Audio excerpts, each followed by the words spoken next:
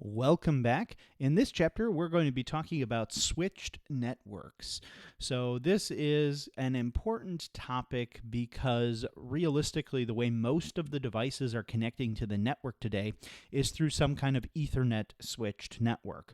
So we want to be sure to understand how those devices are getting connected to the network and what some of the considerations are that we need to take into account.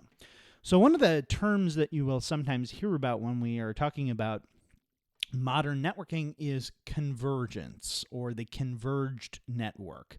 What we're talking about really when we're talking about a converged network is a network that carries more than just data. In the olden days, really, network engineers were concerned with getting information in the form of data, like files, computer files, or access requests for a database, etc., from one end of the network to the other end of the network. However, what happened in the kind of late 90s, early 2000s is we started to see a slow convergence, and that's because companies were maintaining multiple different networks. They, of course, had the data network, what we think of as the network today, but they also had telephone networks, telephone systems, if you were a company of any size. And then larger companies oftentimes had teleconferencing facilities where they could do remote calls to other sites. They also sometimes had in-house cable TV networks at very large companies, so that they could do like event broadcasting inside of the company, and like the CEO could communicate directly to all the employees, things like that. So companies were essentially maintaining three networks: a regular old telephone network, a data network, and then like a cable TV type network for live events, and potentially something involving video conferencing as well. So what happened is, as Ethernet networks, as data networks got faster and faster, we started to be able to carry other types of information besides simple text data information across the networks. Voice over IP was certainly an early thing. Like I said, late 90s, early 2000s, that was a big driver of network convergence. And then also video chat was replacing other types of video conferencing, much more expensive types of video conferencing, and the ability to do like an event where you're live streaming to your employees over the data network instead of over a cable TV type network allowed you to get rid of that type of video network inside of an organization as well. So we take many types of, the idea of network convergence is that we take many different types of traffic and we can move them across the same network. So over the time, there's been a bunch of different features that have been involved in these things, particularly for voice over IP. They talk about some of those common features over on the side, call control, voice messaging, mobility, where you can receive calls on your cell phone when you're away from your desk, things like that, automated attendance. These are things that you can do without a converged network as well, certainly, but it's much easier for IT if they only have to maintain one physical network. So that's what their kind of big point is here. One physical network to install and manage gives you this is what makes the business people excited, substantial savings. Okay, so that is kind of the idea behind network convergence. Now, as we have network convergence, it means we're attaching more and more and more devices to the network. Network convergence was kind of the early 2000s version of Internet of Things, what you hear today. Internet of Things is really taking the converged network one step further and starting to integrate a bunch of more sensors and data from all kinds of other devices. But realistically, it means the same thing. It means we're going to be connecting more and more stuff to the network. So Cisco over time has come up with a number of different models for network design. And the reason for having all of these models for network design is because if you poorly design a network, you can get a lot of inefficiencies and you can get a lot of security vulnerabilities. So the models are used as a way to explain to customers the best practices for how to lay out a network, how to design a network. Perhaps one where you have multiple sites spread all over the world, and you have some regional sites, you have some big sites, you have some small sites, you have people working from home, etc. So one of these models that's used to explain some of the things customers want to do is called borderless networks. So borderless networks kind of came out as wireless networking was really taking hold, and as people were starting to get more smartphones that they would have sometimes connected to the corporate network, sometimes connected to the internet, etc. So a borderless network really means that you have user and endpoint services all managed by an integrated management solution. So whether an endpoint is a fancy name for like a network host. It's a device that an end user is actually using. So it could be a smartphone, it could be a tablet, it could be an IP phone, it could be a desktop, it could be a laptop. All those are endpoints, right? But what we're saying is regardless of where those endpoints are connected, we want to have control over those corporate endpoints so that we can monitor them for viruses, for suspicious activity, etc.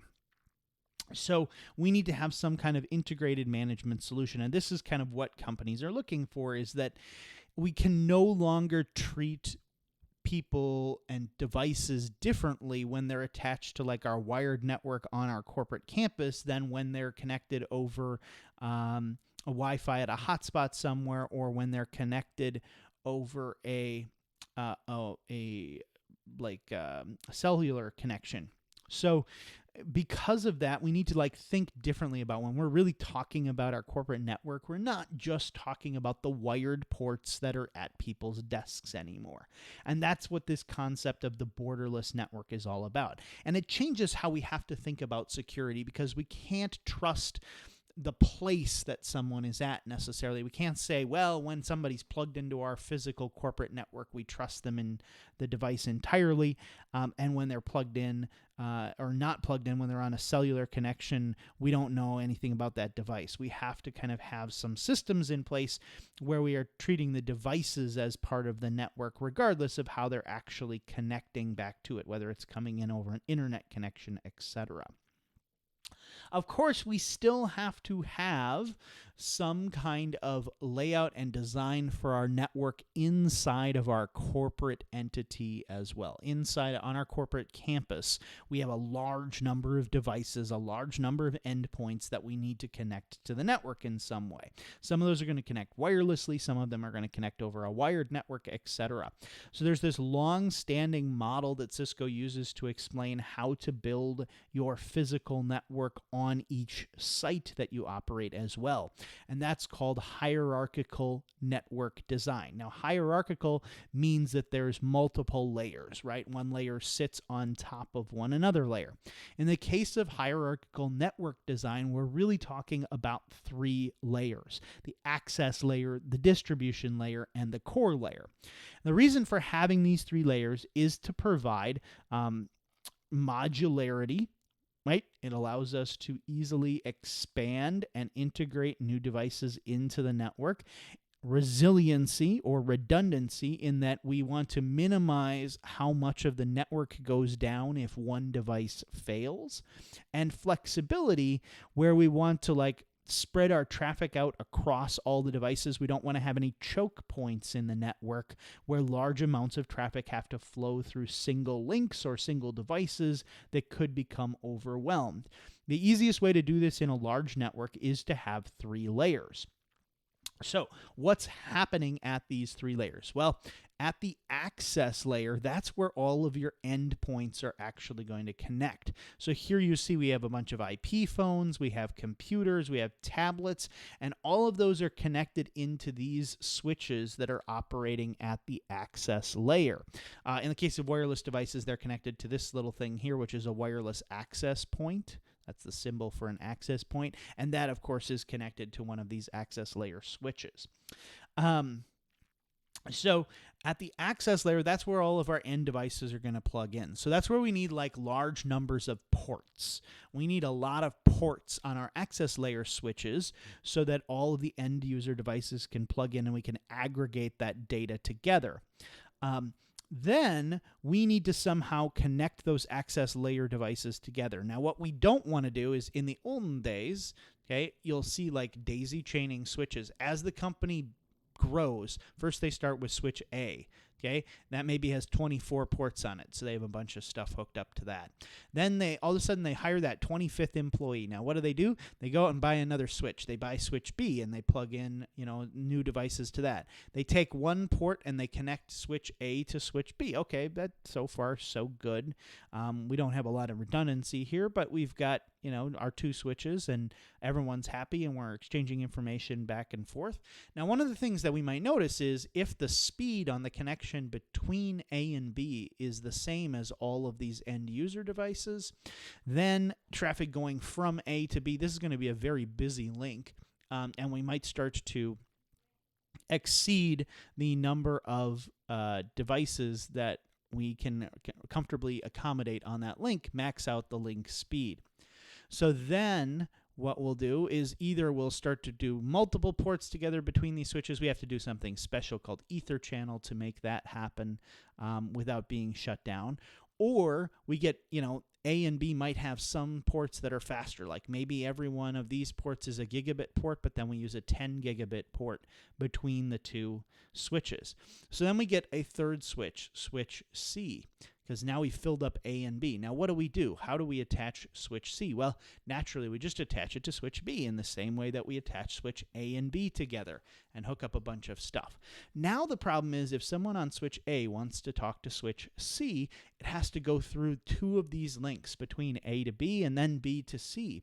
And switch B is going to start to get very busy. It's not going to have enough speed to carry all of that traffic between these switches. So this is this daisy chaining of switches, because then what happens? We put switch D on here. It just is not sustainable. So instead, that's why we get into this situation where we want this hierarchical network design model. So now we take our access layer switches, and instead of connecting them together in a string, what we do is we get some distribution layer switches, and you'll see we connect switch A, B, and C to each of two different distribution layer switches. So switch A is connected to both switches, switch B is connected to both distribution layer switches, and switch C is connected to both distribution layer switches. Now this does mean that traffic flowing from switch A to switch B has to go up to one of these distribution layer switches and back down. But as you can see, as we add more and more switches here, each one we only need two connections, one to each of the distribution layer switches, and then all of those access layer switches can exchange data only having to go through one distribution layer switch. So as the network gets bigger, this is the only way that we can have things continue to be sustainable. Now, obviously, eventually, we're going to fill up all those distribution layer switches, and that's where our third layer comes into play. Our core layer then takes, all of the distribution layer switches that we have, and each distribution layer switch is attached to two different core switches, so that, again, we get redundancy. And again, traffic going from one distribution layer switch to another only has to go through one other switch to get there. So this is what gives us the flexibility, resiliency, modularity that we have in the hierarchical network design model. So that's what we have going on here. Now, there's a lot more complexity to the actual layout of network design. You can get entire Cisco certifications just in network design. And we'll start to learn a little bit more as we go through additional courses about network design. And in particular, when we get to the CCNP level courses, we start to talk a lot more about network design concepts as well. Now, usually we'll attach things like the internet right into the core through some routers and firewall. This is a router with a firewall in it, into the core layer, because again, that gives us like the least number of devices that traffic has to flow through in order to get to the internet. Now, the other thing you're going to see in this hierarchical network design is that with the exception of the access layer, because we're not, realistically, we're not going to run two cables out to everybody's desk that go to two different access layer switches. It's just not responsible from a cost standpoint to do that. But what you'll see is that with the exception of the access layer, we always do things in pairs. So, we have like switch D and E here, which are operating at the distribution layer, and there's two of them. And if you notice, every access layer switch is attached to both switch D and switch E at the distribution layer. The reason for this is in case one of these network cables fails, or in case one of these switches fails, like switch D goes down entirely, everyone can still communicate because they have a backup link through that second switch. Same reason at the core layer. We have two of them so that if one of those is to fail, or if one of the links to one of those is to fail, everyone can still communicate using the other one. So that's how we get that resiliency. And that's become more and more important as we get this converged network, because with the converged network, if we're doing voice over IP and we're handling phone calls, that's something people do not expect to go down. They want to be able to place that emergency call no matter what is going on with the network. So we really have to keep the network operational all the time. And so the hierarchical model also allows that to happen. Now, in some smaller businesses, okay, you don't really need to have a core and a distribution layer.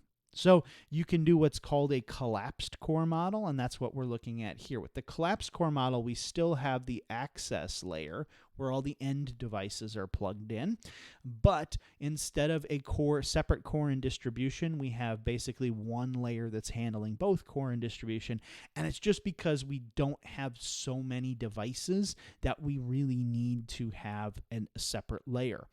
You can actually run a fairly large network on a collapsed core, well into the many hundreds of users, if they're all on one site especially. If you start to have more connections off-site to the internet and to data center connections, things like that, then you may find that you need to do the three-layer hierarchical model instead of the collapsed core model. But that's just, the collapsed core is basically just saying we can get away with two layers instead of three because we don't have that many access layer switches. We can accommodate plugging all of our access layer switches into two different core distribution layer combined switches.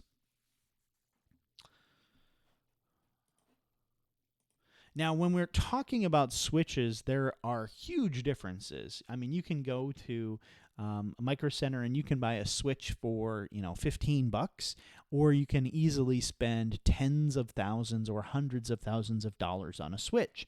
So what are some of the differences? Well, you can see, things like cost, the number of ports that the switch has, the power capabilities of the switch in particular, whether you can do power over Ethernet, which lets you provide remote power to things like IP phones over the network cable, reliability, whether the switch has like dual supervisor engines, which are the brain of the switch basically, and so it can switch automatically over between those, the speed of the ports, the frame buffers, how much information the switch can hold temporarily as it's moving traffic back and forth between ports, and scalability, how the switch grows, are all things that are going to affect the type of switch you choose.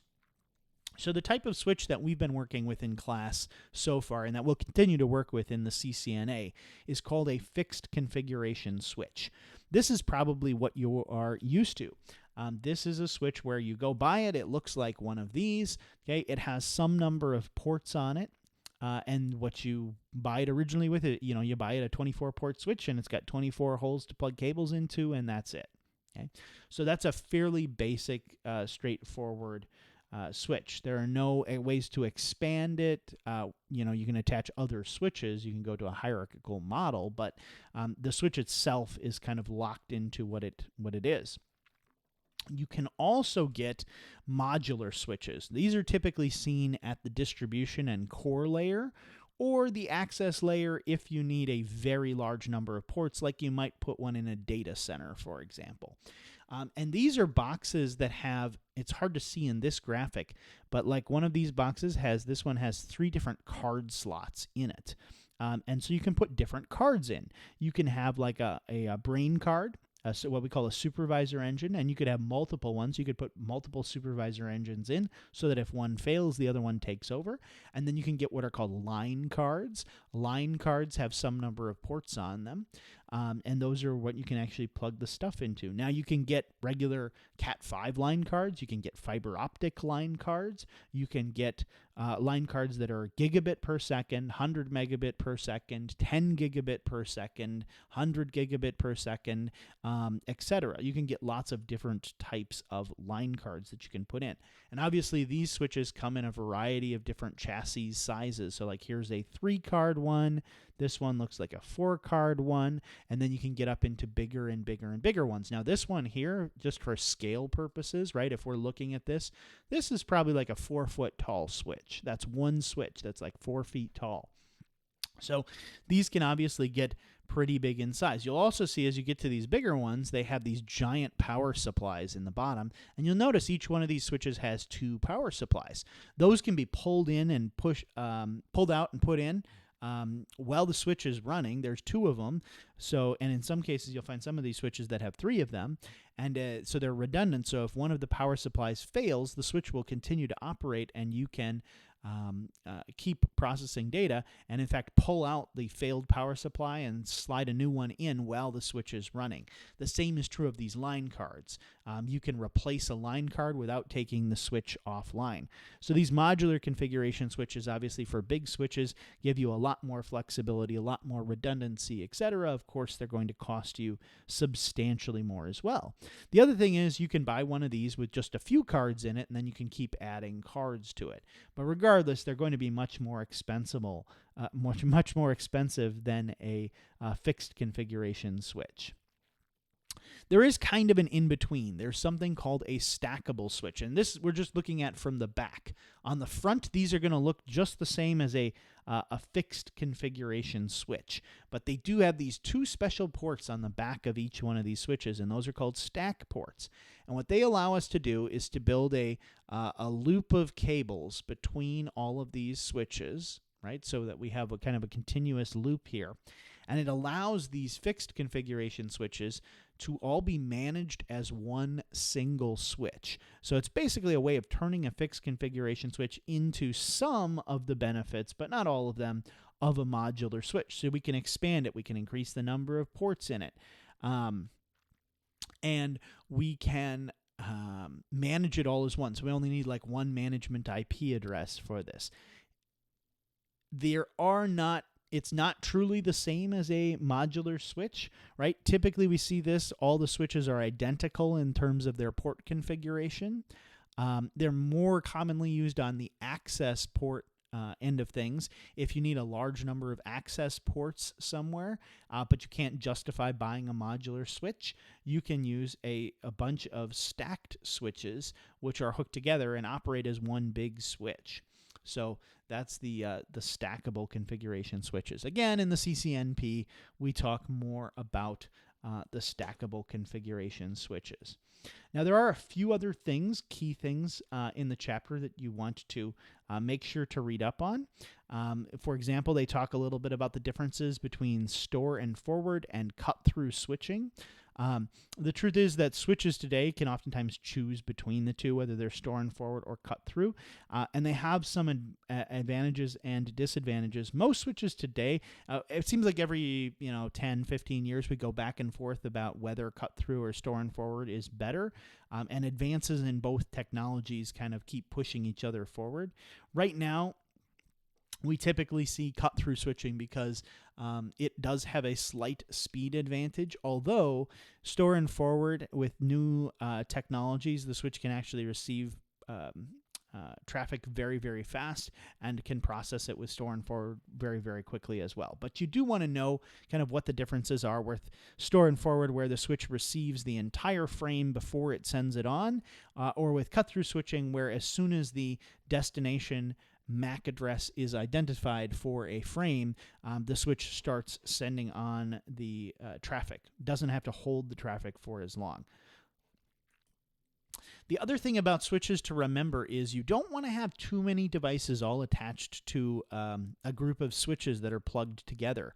because even though switches reduce the size of the collision domain, right? The collision domain is where you have multiple devices transmitting at once, and the packets physically collide on the network because you're sending voltage from multiple devices all at the same time.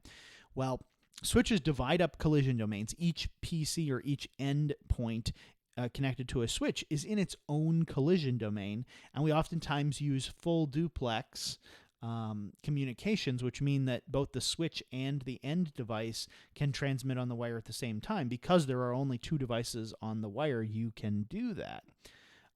But while switches reduce the size of the collision domain, they do not do anything about the broadcast domain. And that means when a PC sends out a broadcast, if you have multiple switches tied together, all of the PCs on all of those switches are going to receive that broadcast because they're still on the same layer 3 network. Broadcasts are a layer 3 thing. They go out until they get to a layer 3 device, namely a router. So until they leave the subnet, everyone on the subnet is going to receive the broadcast. So switches don't do anything about that. So you do have to be concerned as your network grows in size about keeping each of your subnets reasonably sized so that broadcasts don't overwhelm the network.